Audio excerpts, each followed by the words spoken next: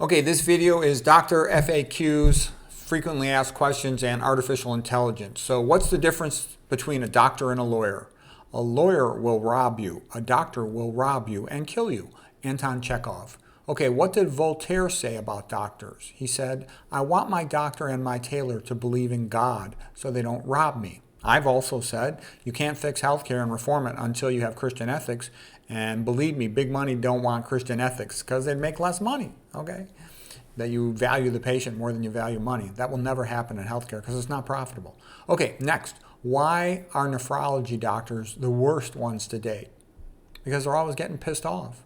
Why are infectious disease doctors the best ones to date? Because they're very cultured and sensitive. They're always ordering a lab test called culture and sensitivity. How do you hide $100 from an internal medicine doctor? You put it under a surgical dressing because they're a bunch of squeamish wimps. How do you hide $100 from an orthopedics doctor? You hide it in the chart. The joke is that they're a bunch of dumb jocks and they never look at the chart. They always turf all their clinical responsibilities to the other services, like internal medicine, to manage the sodium, for example. Okay, how do you hide $100 from a neurosurgery resident? Tape it to his kid's head. The joke is that they never go home. There's always a bunch of emergencies, like on the weekends, drain subdural hematoma or something. Okay, what is the only field in medicine where the doctor is usually sicker than the patient? Psychiatry, of course. Which doctors are the shortest? The pediatricians. A lot of them are midgets. They like hanging around with short patients. Which doctors are the tallest? Usually ortho. A lot of them are former athletes. Which doctors are the richest? Plastic surgery, okay, because they got patients pay cash. Okay, second tier for money making would include some of the surgical subspecialties, cardiology, dermatology. Which medical fields are most popular with the ladies? Like if you're a really ugly guy and it's hard for you to get a woman, what could you go into and still be guaranteed that women would be attracted to you? Plastic surgery, dermatology. They want something that can make them look good and that people are willing to pay cash for. What is the metaphor for describing radiologists, whom many perceive as chicken shits that always recommend a follow-up? A weasel beneath a hedge eating a waffle. Okay, which internal medicine subspecialty is the nerdiest? Pulmonary, obviously, critical care.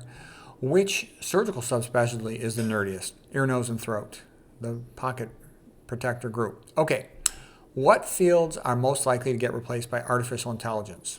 Okay, now first of all, I don't think it's going to be that easy to replace medical fields with artificial intelligence because the lawyers always want a name on the chart, somebody they can sue. And for example, EKGs have been partially read by computers for over 30 years.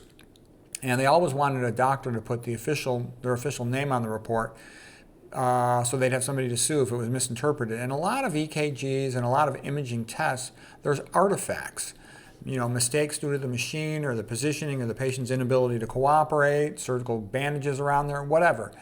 So I think it's not going to be as easy to replace fields by artificial intelligence as is widely proclaimed at the moment as of 2025. Internal medicine and family practice are being replaced to a large extent by nurse practitioners and physician assistants. And what I think that's about is, the drug companies want their money. They really don't care about the patients or anything else. And in order to lower the overall cost of healthcare, they just want to lower the cost of the provider so they can pay nurse practitioner, physician assistant half or less than half what they pay a doctor. So they would rather have them prescribe the drugs. I think that's what it's all about. I wouldn't be surprised in the future if they try to turf drug dealing, drug selling, prescribing to RNs and pharmacists, okay? One field that'll be hard to replace, not necessarily a medical field, is comedians. I've never seen a computer that was good at generating comedy. That's a very human thing. Okay, talk therapy would be hard to replace for the psychiatry, psychology fields. But if you're just filling out a checklist for a personality quiz, that can be done by a machine. Writing a script for a drug is easy. If all the patients that are sent to you for depression are going to get a SSRI, the machine could handle that. But if you're going to actually talk to them, God forbid, the AI wouldn't be so good at doing that. I think people would feel less comfortable with AI than they would with a real human being. Artificial intelligence machines, so far they cannot operate by themselves. So far they cannot read films. There's a lot of artifacts on films. When you look at a brain MRI or CT or even a plain film, Quite often, it's very often there's artifacts, ultrasounds, the patient can't cooperate, they're really fat, they can't hold their breath, they can't stand up, they can't lay down, all kinds of things. But who knows what will happen in the future? Some say the imaging fields are the ones most vulnerable to artificial intelligence replacement, including pathology, where they take pictures of the slides, or dermatology, where they take pictures of the skin lesions. It does look like procedures will be harder to replace by a machine. It's hard to imagine a machine, doing a colonoscopy on somebody, or interventional radiology procedures, or open surgical procedures. Yeah, I know there is some robotic surgical assistance, but that never impressed me very much.